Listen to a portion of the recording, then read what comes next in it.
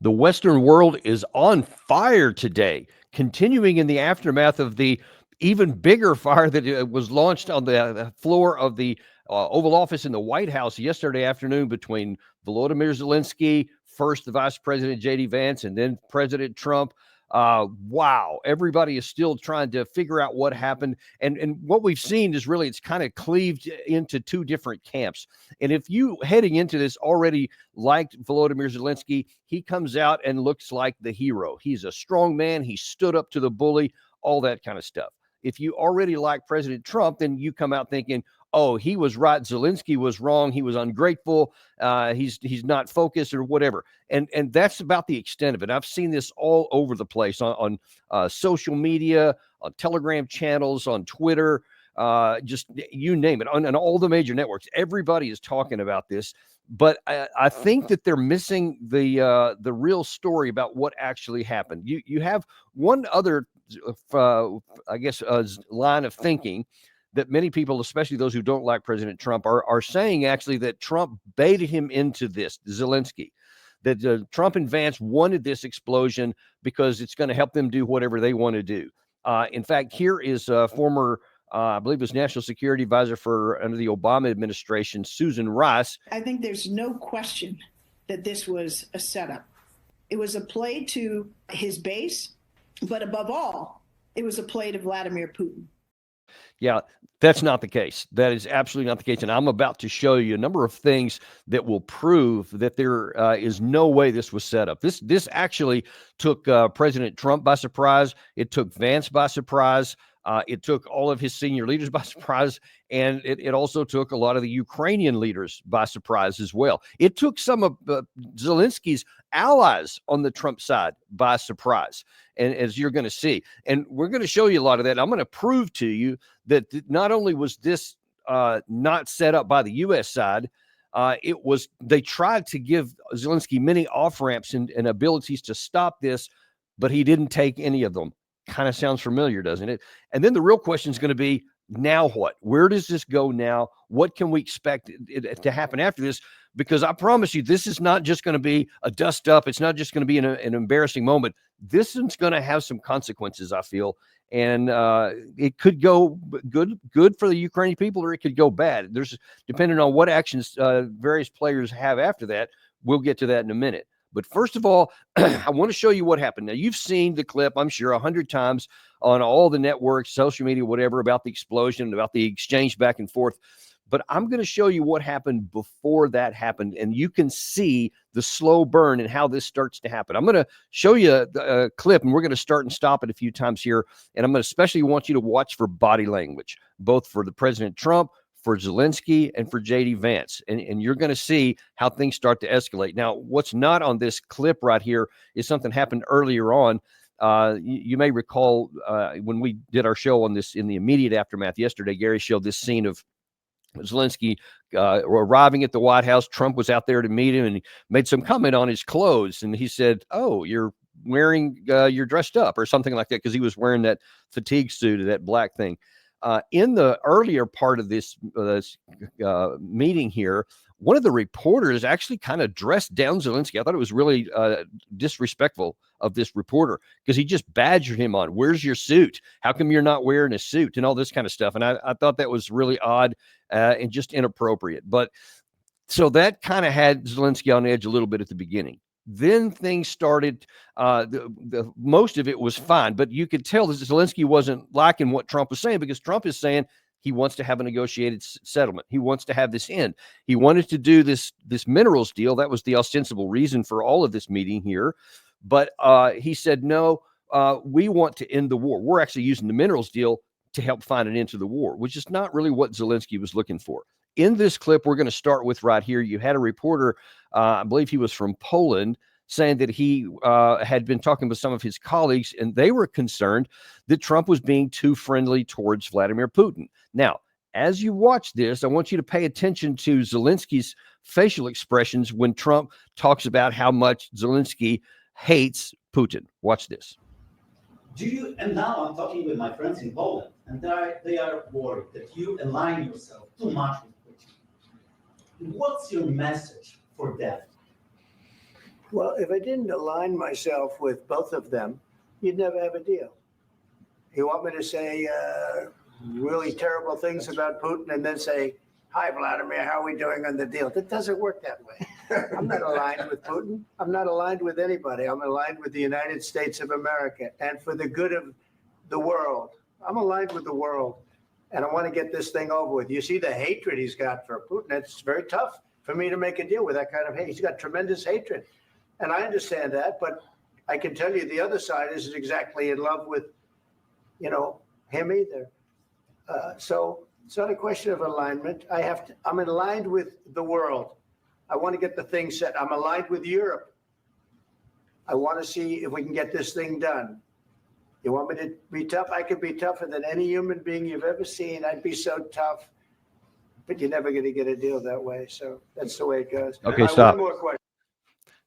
Okay. So you see right there that Trump is saying, I'm on my side. I'm not on the Ukraine side. I'm not on the Russian side. I'm kind of on European side, only because he's trying to scoot them into his corner, not because he's going in their direction. But he laid out very unequivocally what his thoughts are. He's wanting the war to come to an end, and he wanted to do this minerals deal because what he said elsewhere in the conversation was, he said, that's a security guarantee of a sort, because I've already talked to Putin and he knows that this is coming. So if I put American businesses in that part of or anywhere in Ukraine to do this, and then they come under fire from the Russian side, then I have to respond. Putin knows that. He's not going to do it. So this will give you some security guarantees. Obviously, we're not talking like an Article 5 deal. We're not saying it would be an automatic military. So from Zelensky's perspective, it's not that great. But that's kind of what he wanted to convey in here. But you see that he was talking about, look, I'm not going to demonize Putin, because how can I demonize him in public and then go and say stuff behind the scenes for him? So that makes sense. But then he added that, Putin didn't like Zelensky.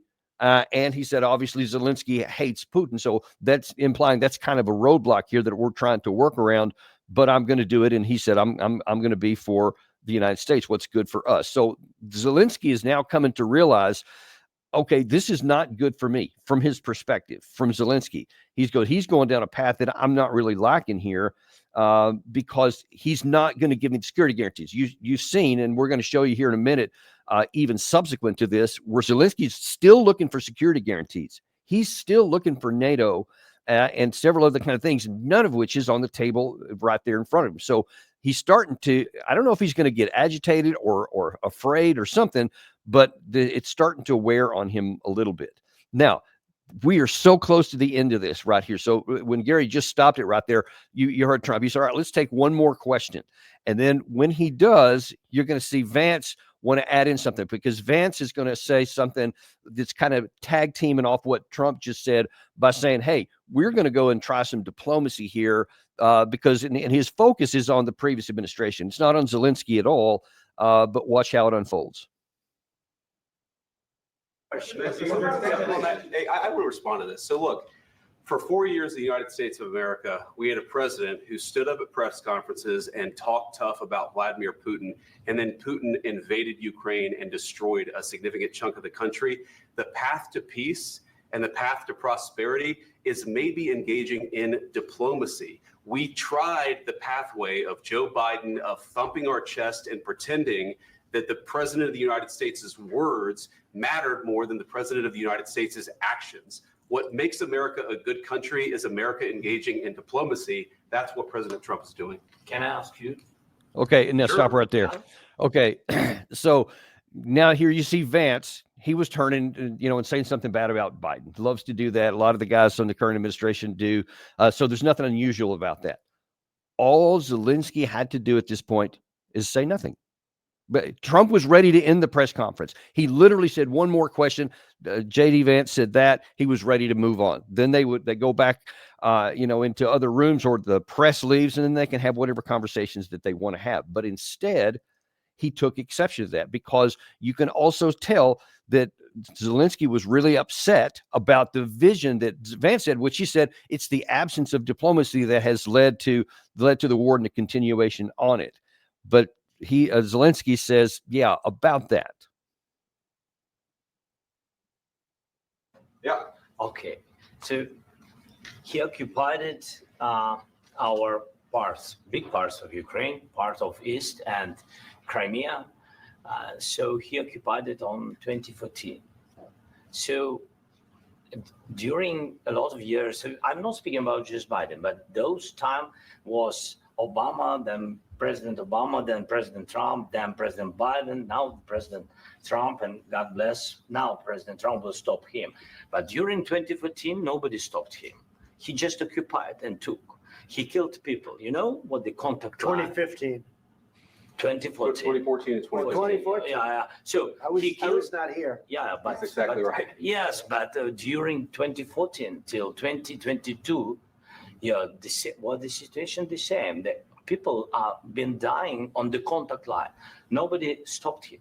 You know that we had conversations with him, a lot of conversation, my bilateral conversation, and we signed with him. Me, like a new president in 2019, I signed with him the deal.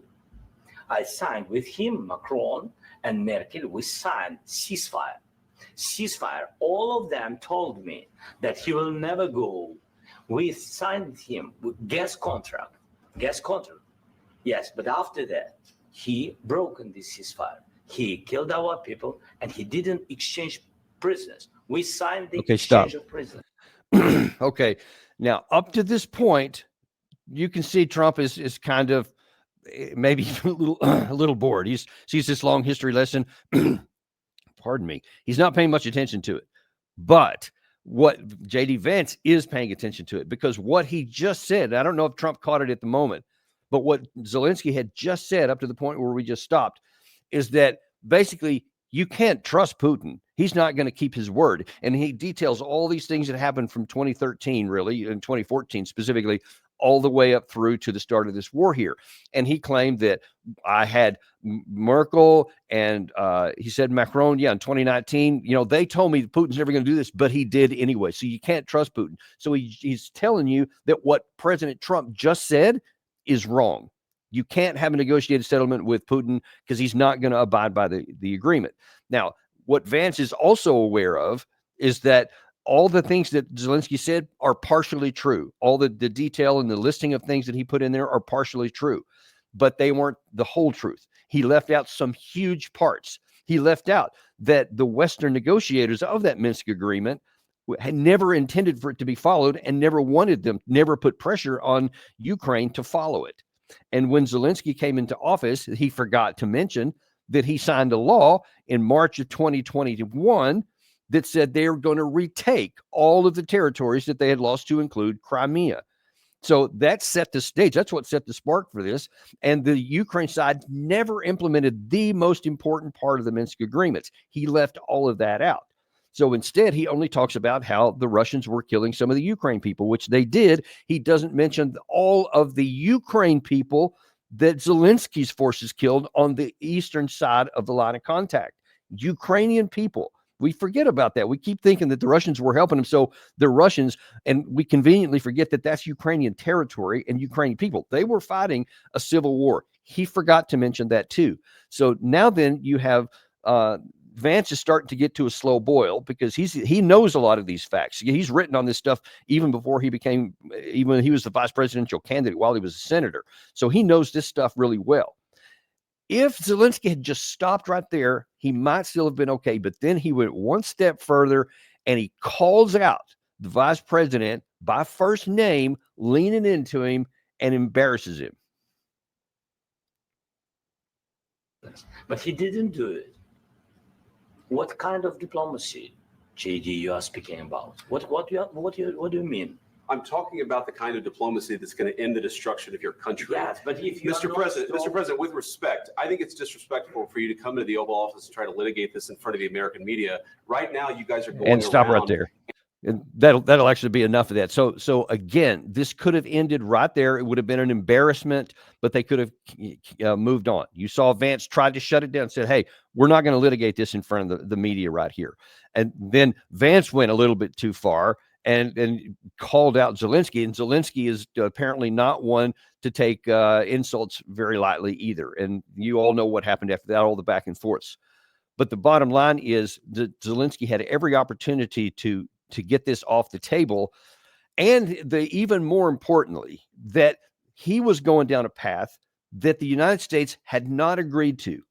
The whole situation, this was set up, was for Zelensky to come to the United States and to sign the minerals deal. And then they were going to talk about ending the war, et cetera. So that was a singular situation there. And as you're going to about to see from some of the other American officials, they were none too happy about that. And probably the person least happy about it was Secretary of State Marco Rubio. We just heard from President Zelensky. He said he does not think that he owes President Trump an apology for what happened inside the Oval Office today. Do you feel otherwise? I do, because you guys don't see, you guys only saw the end. You saw what happened today. You don't see all the things that led up to this. So let me explain. The president's been very clear. He campaigned on this. He thinks this war should have never started. He believes, and I agree, that had he been president, it never would have happened.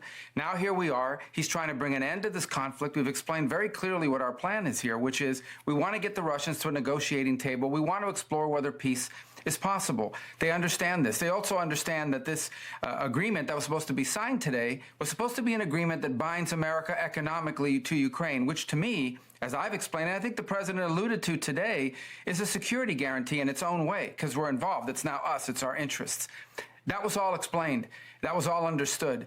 And nonetheless, for the last 10 days, in every engagement we've had with the Ukrainians, there's been complications in getting that point across, including the public statements that President Zelensky has made. But they insisted on coming to D.C. This agreement could have been signed 5 days ago, but they insisted on coming to Washington. And there was and should have been a very clear understanding. Don't come here and create a such scenario where you're going to start lecturing us about how diplomacy isn't going to work. Yeah, and you see that there about the lecturing us in diplomacy.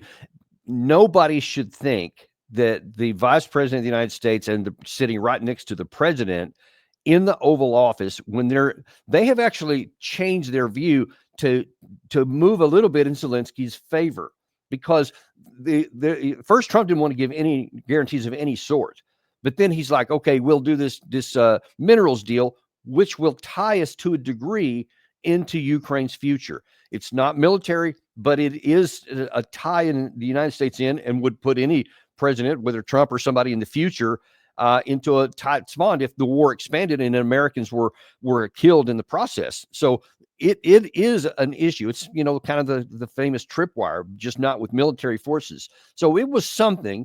It was not what Zelensky wanted, though. That's the big issue. And Zelensky wasn't interested in something he didn't want. And apparently he had lots of experience with that with the previous administration, where he could cajole Biden into doing things. We saw that play out so many times. Biden said, we're not going to give jets, and we're not going to give all these things, and we're not going to give tanks, et cetera, only to go back and do it later, because Zelensky was able to pressure him into doing so. He badgered him into doing so. So Zelensky had some experience with that working with the American president. He thought that it would continue to happen here. You saw the Secretary Rubio emphatically said, we told them that's not on the table. This is on the table. And that's the only thing on the table. Or we could have signed it on, you could have just signed it. It could have been done like that. But Zelensky wanted the image and the power of the visuals sitting in the Oval Office in the White House, the symbol of American power. He wanted that. Fair enough. No problem with that. As long as you followed the script. He's supposed to be a good actor, but instead he went off script. And then he first agitated and then outright attacked verbally his hosts by saying, J.D., what diplomacy are you talking about? And by just ridiculing everything the president had said, and then directly confronting the vice president. Now, lots of those who already don't like Trump and Vance are only focusing on the fact that it turned into a yell fest. And there's some justification to that. Probably it shouldn't have happened. But nobody should be surprised that it did, because there's not many people that are going to be, allow that kind of thing to happen on camera in their own home. Nobody should expect those to do it, and they definitely shouldn't expect those two to do that. Anyone should know that. So one of the other fallouts is it's not just, it's the host that were upset, but even some of his allies, Zelensky's allies in the United States, are also really angry. So this is not going well for Zelensky so far. you may recall Lindsey Graham, we've shown this a bunch of times. He's been one of the biggest supporters that Zelensky personally has had, even going further than Trump in many cases. He went to Munich Security Conference a week or so ago, made that famous, statement we've shown several times about how he's been looking for an ally like you, and we need to arm you to the teeth and give you all this stuff that you're asking for. That's where Graham has been, which is a lot further than Trump. But man, after that meeting, Lindsey Graham is singing a different tune. So, what I think? Complete, utter disaster. I've been to Ukraine 8 or 9 times since the war started. I understand the consequences of Putin's actions against Ukraine. I appreciate what the Ukrainian people have done. They fought like tigers. At the end of the day, I was hoping that this minerals deal, which would be transformative in the relationship, would go over well. I talked to Zelensky this morning. Don't take the bait. President Trump was in a very good mood last night. Somebody asked me, am I embarrassed about Trump? I have never been more proud of the president. I was very proud of J.D. Vance, standing up for our country. We want to be helpful. What I saw in the Oval Office was disrespectful, and I don't know if we can ever do business with Zelensky again. Ouch, that is pretty harsh. I don't know if we can do business with Zelensky again. The Bible says a brother lost is harder to win back than anybody, and I'm afraid we may see that play out here, because if you can't take the one guy who's been the biggest advocate for you in the U.S. government and then alienate him like that. And you heard why Graham was upset, because he said he had talked to him that morning. He said, don't take the bait. That implies that he said, look, if anybody tries to bait you with something, don't get into an argument. And he also said, and we'll play this clip now, actually, he also said, look, I told you, it's the minerals deal first and then negotiations second. I told Zelensky, we'll talk about security guarantees. We'll talk about ceasefires and how the war ends. This is a process. You have a new relationship with America, a $500 billion, $500 billion deal that President Trump is proud of, that gives us an interest worth defending. Let's talk about the positive. But he was terrible at Munich, Zelensky, and I think he has made it almost impossible to sell to the American people that he's a good investment, that he is a good business partner. Do you think President Zelensky needs to resign to resume these peace talks? He either needs to resign and send somebody over that we can do business with, or he needs to change. Oh, even harsher now. I mean, now that actually says you should resign. And it's very unclear what's going to happen. I can't imagine Zelensky resigning. I can't expect that at all. But the question is going to be, okay, now what? Because you've alienated President Trump, you've alienated the vice president, you've alienated the Senator Graham. That's not the end of the alienation list. Apparently Trump was even more upset than we thought, as Mike Walls, national security advisor, said this. I think what has the president so frustrated and frankly angry is that it's not clear that Zelensky truly wants to stop the fighting. And he came in, even though he was warned not to, determined to litigate all of that in front of the entire world. And so you see now a developing theme. Zelensky was told, we're not going to go down the negotiating for the end of the warpath. That's not the purpose of this right here. That's subsequent. We're going to get this done first. You saw Graham tell him. Of course, Rubio had been talking about it. Other negotiators had been talking about it. Kellogg had been talking about it. Everyone has been signaling consistently. One of the few times that the White House has been really on point and on message across the board is on this. And so then you had Zelensky going off script and trying to take it somewhere that everyone told him, don't take it. Take the win here, and then we'll continue to fight on those other diplomatic fronts. But instead he didn't. And then it went on even further, because then Walls is saying, now then we're starting to wonder, does Zelensky even want peace at all? When you went in and explained to Zelensky that he was leaving the White House without lunch or that important signing, did he seem to recognize what had happened? No, he didn't, frankly. His team did. His ambassador and his advisor were practically, I mean, they were practically in tears wanting this to move forward. But Zelensky was still argumentative. And finally, what I said, look, Mr. President, time is not on your side on the battlefield. Time is not on your side in terms of the world situation. I think he is used to hearing, actually, I know he is used to hearing that as long as it takes, as much as it takes, blank check, and the United States really doesn't have much of a say, you can determine the outcome of all of this. That's what he heard for years from Biden, and he has not gotten the memo that this is a new sheriff in town, this is a new president, and we are determined to take a new approach towards peace.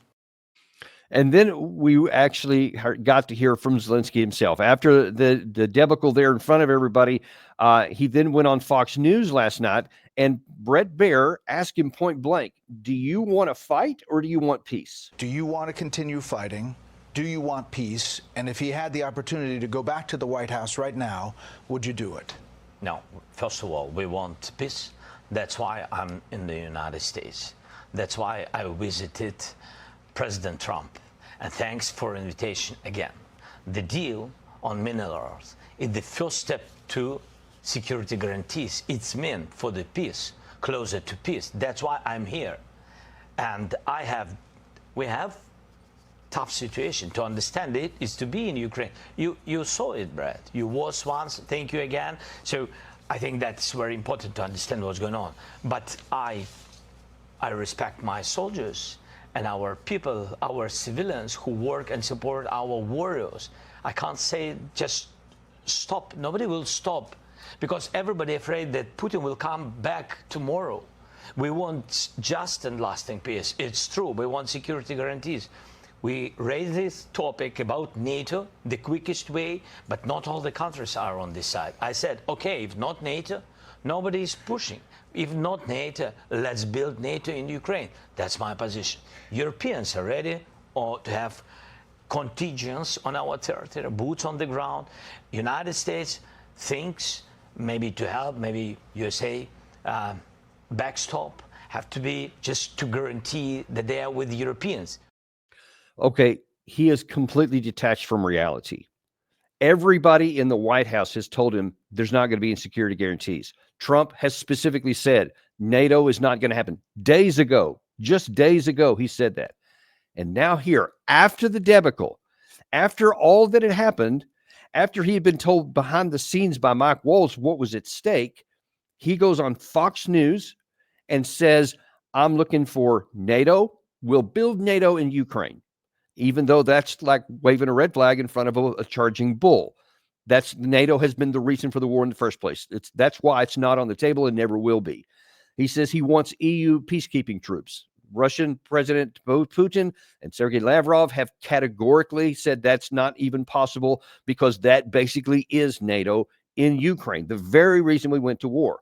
Then he says he wants a U.S. guarantee backstop for those troops there. So if they get attacked, we Article 5 and we come in on the attack. That you're arguing for that right now in light of everything that's been done shows graphically why the United States should not have him at the negotiating table when they're talking to Russia, because he can't think rationally. Listen, I know a lot of people, and probably watching this show right now, think Zelensky is in the hero batch and they're mad at the way Trump treated him. Fair enough. You can have your opinion. Those are fine. But when you see that this guy simply cannot mentally get to the point to where he sees that's not on the table, that's not even up for negotiations, it's not even for discussions, it's been clearly articulated, and he's still staying with it now. That, of course, leads to the fact that the realities on the ground, the combat conditions, all the inputs that I talk about all the time are not just irrevocably in Russia's favor, but they're continuing to grow. Even today, the imbalance grows in Russia's favor. Ukraine has no leverage. Trump, in part of his tirade there when he was really aggravated, said you have no cards. This is what he means. Trump is aware and recognizes, as many on his staff do, that this is militarily unattainable. It just will never happen. It can't happen. It's as close to physically as impossible as you can get. And yet Zelensky can't recognize that. He shouldn't need anyone in the U.S. administration to point that out. It's self-evidently true. We can see it from the studios here of Daniel Davis Deep Dive from near Washington, D.C. We haven't even been on there, but we don't need to, because the facts and the fundamentals are as evident as they can be, as though I were physically on the ground there. And yet, Volodymyr Zelensky cannot come to the point. And I think that he believes what he's saying. And that's the dangerous part. If you believe that you have leverage, that you can hold out and keep fighting, then what you're doing is you're condemning and dooming your own people to death. More people will die for a war that should have been over, should have never started, but it should have been over years ago, definitely years ago. And instead, he has refused every off-ramp.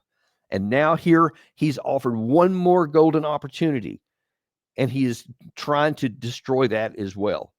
And then Mike Walls actually went a little bit further. Mike Walls went a little bit further, where he's saying, no, I'm sorry, skipping that one. Back to Zelensky himself. Brett Baer continued on that conversation. And in light of all of his comments there, he just said, okay, implying that if you stick with that plan and Trump sticks with what he says and he's not going to go any further and you may be on your own, can you fight this war on your own? So the question today is, can Ukraine win this war or hold off Russia without continued U.S. support? It will be difficult for us. That's why I'm here. That's why we speak about the future negotiations. It will be difficult without your support, but we can't lose our values, our people. We can't lose our freedom. So a lot of people, Russians came to our territory, you know it. Russians came to our houses, and everybody saw it, video, images, a lot of things. They killed so many people. Just to forget it, just to say that Putin is a great guy? No, without us. I understand the emotion. Putin did invade your country. He has killed lots of people, probably over 1 million to all total. I think when the truth comes out, we'll see that that's the case. He has devastated entire portions of your country, just turned it to literal dust where cities used to lie. There's no doubt about that. Who would ever like the person that's in doing that to your country? You have every reason to hate them. Straight, any human would. I can only imagine that that's the case. But for you to then say, in spite of all of this, that if the U.S. withdraws its support or just doesn't give you any more, because we haven't offered any since the last of the Biden administration, that you can fight on without the United States is lunacy. There's no kinder way to put it.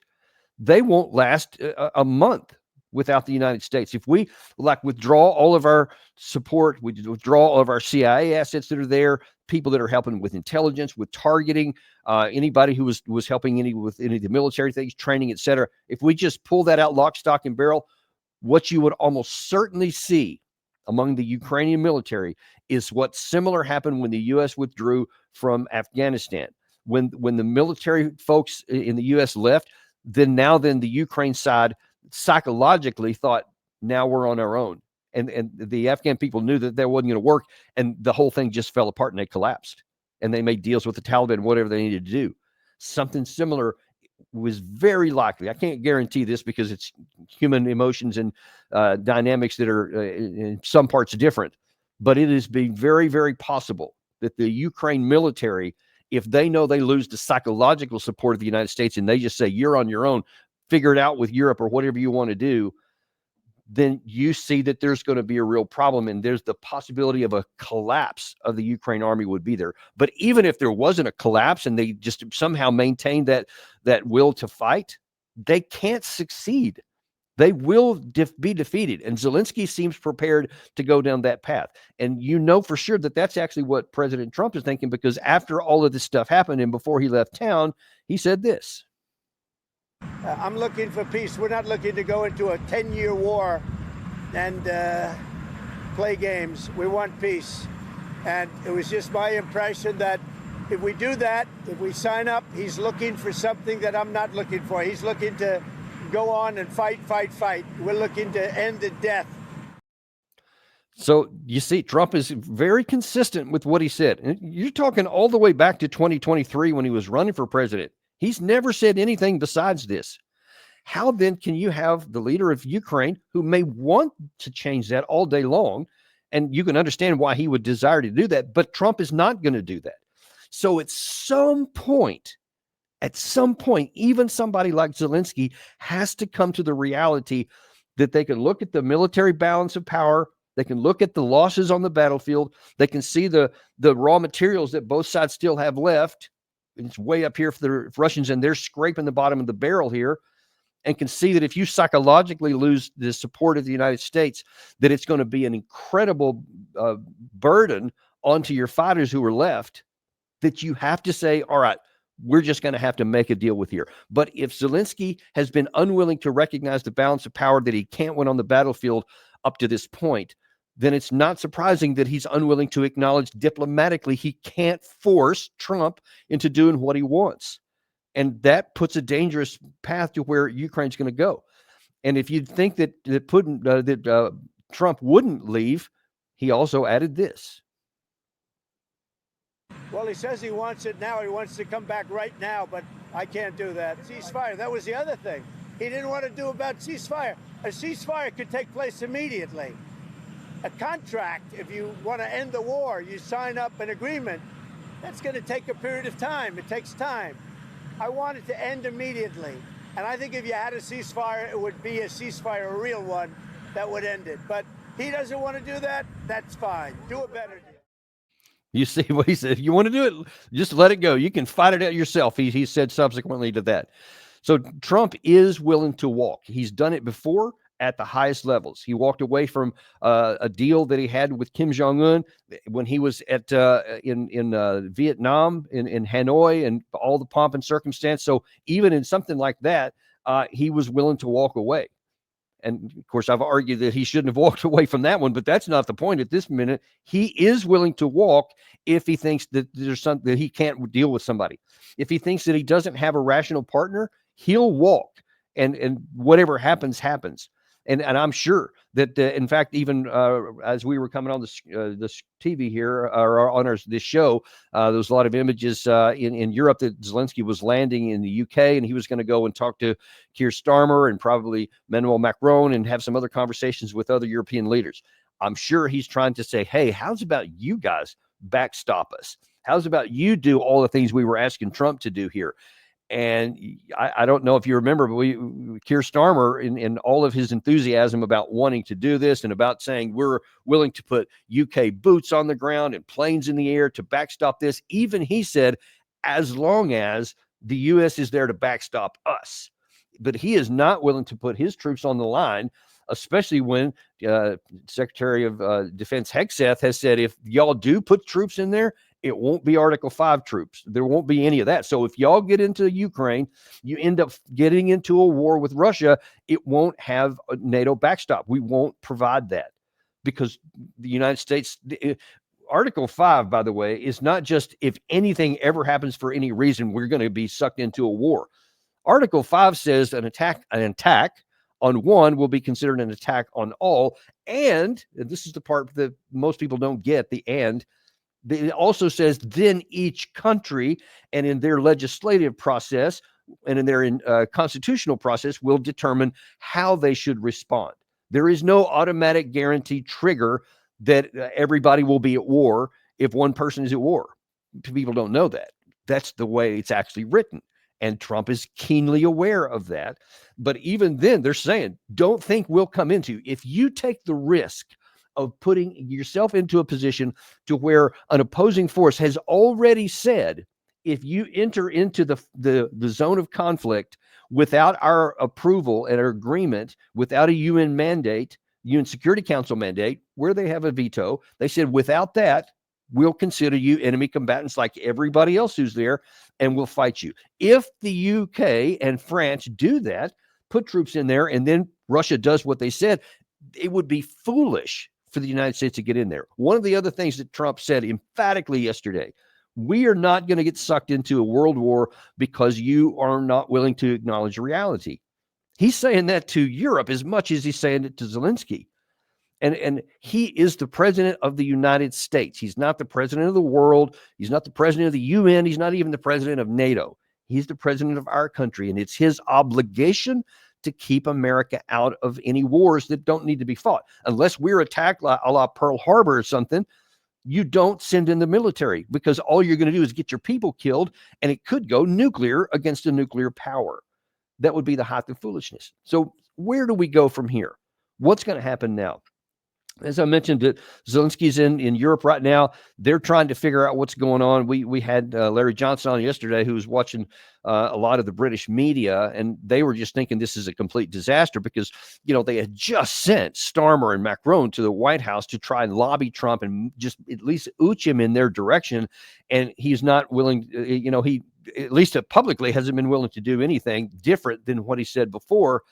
But they're trying to, carry this very carefully so that they don't alienate Trump, because they all know, all the Europeans know, that this war is basically over, and they're looking for interests that go beyond that. So they don't want to alienate the United States, because they still want us to be part of NATO. They still want that Article 5 guarantee in case they're attacked, and they also want the nuclear umbrella that goes along with it, and the gravitas of having the U.S. like they've been for the last 80 years. So if Zelensky thinks that they're going to commit national suicide to help him when Trump just offloaded it and said, we're not going down that path, I think that he's going to be pretty surprised here. But and now, who is the biggest winner so far? I don't think there's any question. The biggest winner is Vladimir Putin. And for all those who agree with Zelensky, that Putin is the evil guy, he's the bad guy, he's the villain in the story, then you should be mad at Zelensky for creating a situation and perpetuating it in such a way that it actually benefits his nemesis, because that's exactly what happened here. I showed you on the video, and we walked through it bit by bit. There were several places all he had to do was keep his tongue, and then the things that had already been agreed to would have played out. There would have been the press conference, there would have been the signing ceremony, all those things. He would have had that. That would have deepened America's involvement in there. That's something that would have been beneficial to him. Just consider where we are now versus where we would have been had Zelensky simply kept his mouth closed. He would have had the minerals deal. He would have had the tie-in of American business, and they would be on a path to have America continue its involvement one way or the other. May have even included some military supplies, etc., depending on how that was still up for negotiations, especially along with Europe. Now then, because he chose to, quote, be brave and to stand up to the bully, as many of his backers have said, he has no deal. He has no support from the United States. He has no path to that. And now he may even lose what he has had. So you can sit there and argue that, well, it was undignified of Vance to take the bait. Vance did take the bait because he was being prodded by Zelensky there, as I showed you, or that Trump shouldn't have blown up on him. You can make those arguments. Those are valid to consider. But as I pointed out, for the guy who's in the position of inferiority, and that's not a comment on his value, it's just a comment on the relative power between the two sides. He's on the bottom side of it. He needs the United States. The United States most definitely does not need Ukraine. So in that environment, it is the height of foolishness and diplomatic absurdities to call out the two leaders on the floor of their symbol of all their power in the White House. He should never have done that. And so now then he has handed a huge victory to Russia. That's just a fact. Again, opinions don't matter in this point. He is definitely the winner, and they're loving what's been happening. That's for sure. And so who's the biggest loser? Well, you may think Zelensky. No, the biggest loser is the Ukrainian people. The Ukrainian soldiers who were in the field, who are fighting a war that should have ended long ago, that has no possibility of ending good for their country. And instead of getting closer to a ceasefire that Trump wanted, you saw how emphatic he said that a second ago, and to an end of war termination through negotiations that would have ended the killing. Now then they are just beside themselves. They have to be of hoping that was going to turn into something that was going to end the war. And instead now seeing their leaders saying, no, I'm going to keep fighting. Even without Americans, I'm going to keep fighting. Folks, those guys know that are on the front line. They know the truth. I've been on the front lines too. I was in Afghanistan, and I knew the truth that was going on those front lines, despite all of the rhetoric that was being said in the public's face here. And the same thing is true here. Those folks on the front line know the truth. They know they don't have enough troops. We've shown you many of their comments that have been on video. Many of the troops, of the Ukraine troops, they said they don't have enough troops. They don't have enough training. They don't have enough ammunition. They don't have enough kit. They don't have enough of anything. And Russia has enough of every bit of it. They know that. And that's why the lines keep moving to the west. And they are the biggest losers because now more of them are going to have to unnecessarily die. People who are alive right now while we're making this video, who are alive right now and breathing, are going to be dead tomorrow. More will be dead the day after that, and the day after and the day after. And none of it will change the outcome. The war is already determined. It has been a loss for the Ukraine side. For all the support NATO has given it, it's a loss. And the sooner we can come to realize that and recognize it, the better. So it could be, as ugly as it will be, and as much furor as it's going to get in the Western media and certainly in portions of the United States, if Trump makes good on his threat and says, I'm going to walk. You can continue to fight on your own. You said you could. We wish you the best. We're going to move on. People will say that's cruel. I argue that's the best thing he can do. That's what's needed the most, because that could cause to accelerate the physical end of this war and get it over with quickly. Understand this as we close today. There is no good deal for the Ukraine side anymore. There was a good deal in Minsk. There was a good deal in December 2021. There was a less bad deal in April of 2022. And June 2024 was a less good deal, more now in the bad. And every time the conditions have gotten worse for Ukraine. Every time Zelensky has refused a negotiated settlement, the conditions have gotten worse. And now then they're worse still. But at this point, they still can get bad, more bad. If he doesn't make a deal right now, then almost certainly he is condemning his country to a physical defeat. Russia will not stop fighting. They have been very clear about that. They will continue to pursue this until they have conquered all the territory they think they need for security. And then they will demilitarize whatever's left to a degree that they choose. And then there won't be negotiations. There won't be anybody talking. There won't be any positions available, no leveraging. There'll just be whatever terms that Putin issues.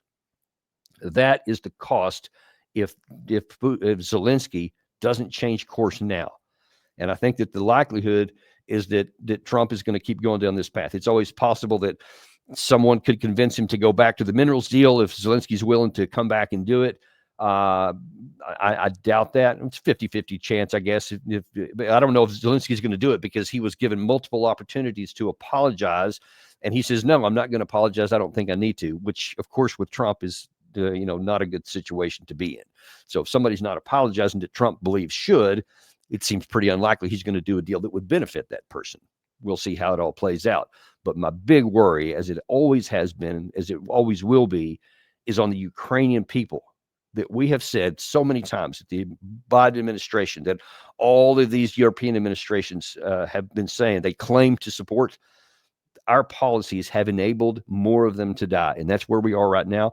And so I hope Trump changes that, because I want to see the killing stopped even more than he does, I believe. And it seems that he does. Thank you very much for joining us on this Saturday edition. We really appreciate you guys. We value you coming. Be sure and like and subscribe if you haven't. We're going to have some more great shows next week. And of course, as this issue continues to evolve, as we get more information, we will definitely bring it to you. Also a note, we are on podcast, just a traditional podcast. If you're not aware of that, you can go to Apple Podcasts, Spotify, Podcast Addict, anywhere you get your podcast, type in Daniel Davis Deep Dive, and you'll find us waiting there for you. I know a lot of you like the podcast here. Thank you very much, and we'll look forward to seeing you next week on Daniel Davis Deep Dive.